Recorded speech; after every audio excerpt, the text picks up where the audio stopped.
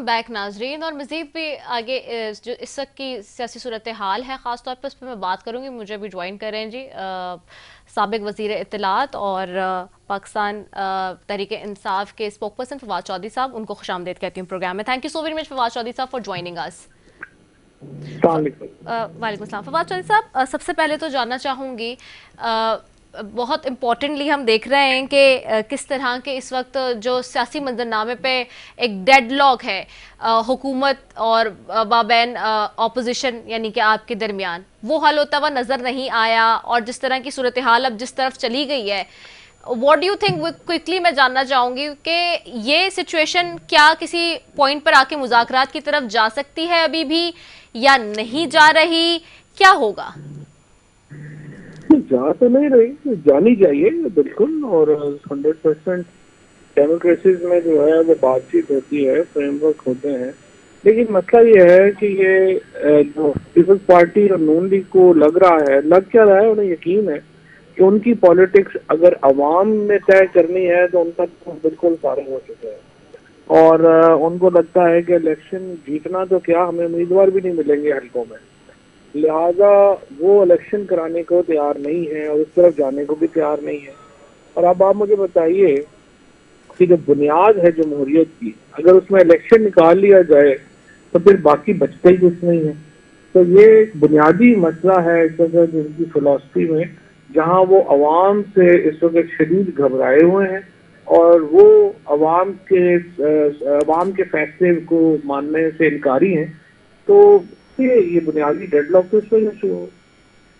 अच्छा, इस पे जो इस वक्त की हुकूमत की जो जमातें हैं जिसमें पीपल्स पार्टी और पीएमएलएन इस वक्त कलीदी किरदार अदा कर रही हैं, उसमें वो बार बार ये कह रहे हैं कि जी जब हम कह रहे थे, जब आपकी हुकूमत गई उससे पहले 2 महीने पहले कि जी इलेक्शन करवा लें, तब आप तैयार नहीं थे इलेक्शन कराने के लिए। तो सिमिलरली अब हम भी वही कर रहे हैं। इसलिए उस वक्त ये बहरान नहीं था।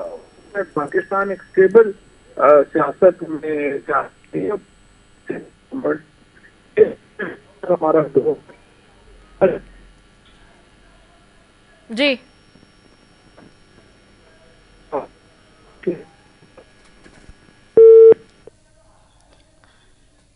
अच्छा जी, लाइन हमारे पास ड्रॉप हो गई है। हम कोशिश करें फवाद चौधरी साहब से दोबारा कनेक्ट करें और उनसे बात करें। जो इस वक्त मौजूदा सूरत हाल है वो बहुत ज़्यादा गंभीर है, और अगर सियासी मंजरनामे पर मेन पार्टी लीडरशिप क्या कर रही है, क्या सोच रही है, ये बहुत ज़रूरी है इस वक्त।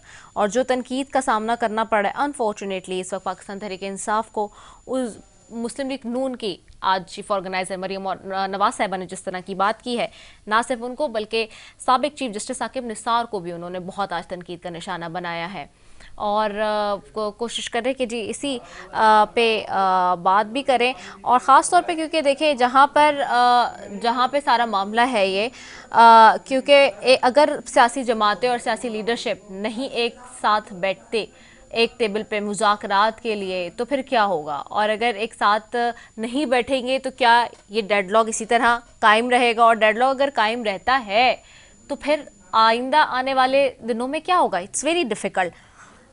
अच्छा जी, वापस हमें ज्वाइन कर लिया, उनकी तरफ जाऊंगी। फवाद साहब, आपको आवाज़ आ रही है मेरी? फवाद साहब, आपको आवाज़ आ रही है मेरी?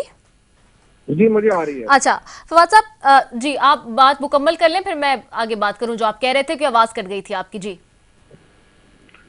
मैं ये कह रहा था कि चूंकि ये इलेक्शंस में नहीं जाना चाहते और इनको लगता है कि अवामी फैसला हुआ तो इनकी तो सियासत ही खत्म हो जाएगी, तो बुनियादी झगड़ा तो ये है। और उस वक्त इलेक्शन कराना बेतुका था क्योंकि हम तो उस वक्त एक स्टेबल गवर्नमेंट में थे, पाकिस्तान में मईशत तरक्की कर रही थी, पाकिस्तान में कोई बहरान नहीं था। अब तो एक बहुत बड़ा मुआशी बहरान इतना बड़ा हो गया है कि हमारी सलामती खतरे में है। और जब तक आप एक मुस्तहकम हुकूमत जो 5 साल के लिए कम अज कम हो वो नहीं लाएंगे, पाकिस्तान का मुआशी बहरान खत्म नहीं हो सकता।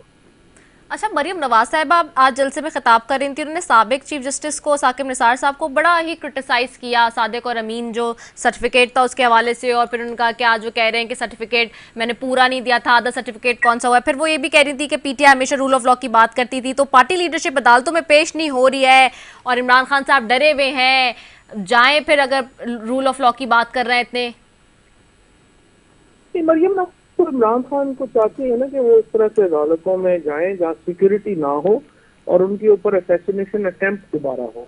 मरियम नवाज तो दुश्मनी में अंधी हो चुकी हैं, उनको समझ नहीं है जिस किस्म की, और एक तो उनकी कुछ सियासी हैसियत है नहीं, वो जिंदगी में कभी काउंसलर का इलेक्शन भी नहीं लड़ी, सिर्फ अपने अब्बू जी के कहने के ऊपर वो नून लीग में आ गई हैं, चीफ ऑर्गेनाइजर बन गई हैं। उनकी पॉलिटिक्स में क्या कंट्रीब्यूशन है, उन्होंने जिंदगी में कभी एक दिन खुद काम नहीं किया। तो मरियम नवाज की कोई ना सियासी हैसियत है, ना कोई समाजी हैसियत है, ना ही उनका कभी कुछ काम है। तो वो क्या, उनको उनकी बातों की क्या हैसियत रही है। अच्छा, अब बस आपसे लास्ट सवाल करूंगी। जरदारी साहब ने भी बहुत क्रिटिसाइज किया एक निजी टीवी चैनल को, जिन्होंने इंटरव्यू दिया, उसमें ये भी कहा उन्होंने कि साबिक वज़ीर आज़म इमरान खान साहब सियासी सरगर्मियां कर रहे हैं, और जिस तरह की बातें हो रही हैं कि अदालती लेकिन अदालतों में पेशे के वक्त पे सिक्योरिटी खदशात सामने आ जाते हैं। तो क्या ये वाकई सिक्योरिटी खदशात हैं या कुछ और मामलात हैं, ये ऑपोजिशन सवाल कर रही है। नहीं, बात यह है कि सियासी एक्टिविटीज तो वो घर से कर रहे हैं। अभी भी जो उन्होंने हमने जो रैली भी कल निकाल रहे हैं, उसमें भी वो एक्सपोज नहीं हो रहे लोगों से। तो ये तो एक बिल्कुल उनके ऊपर असैसिनेशन अटेम्प्ट हुई है।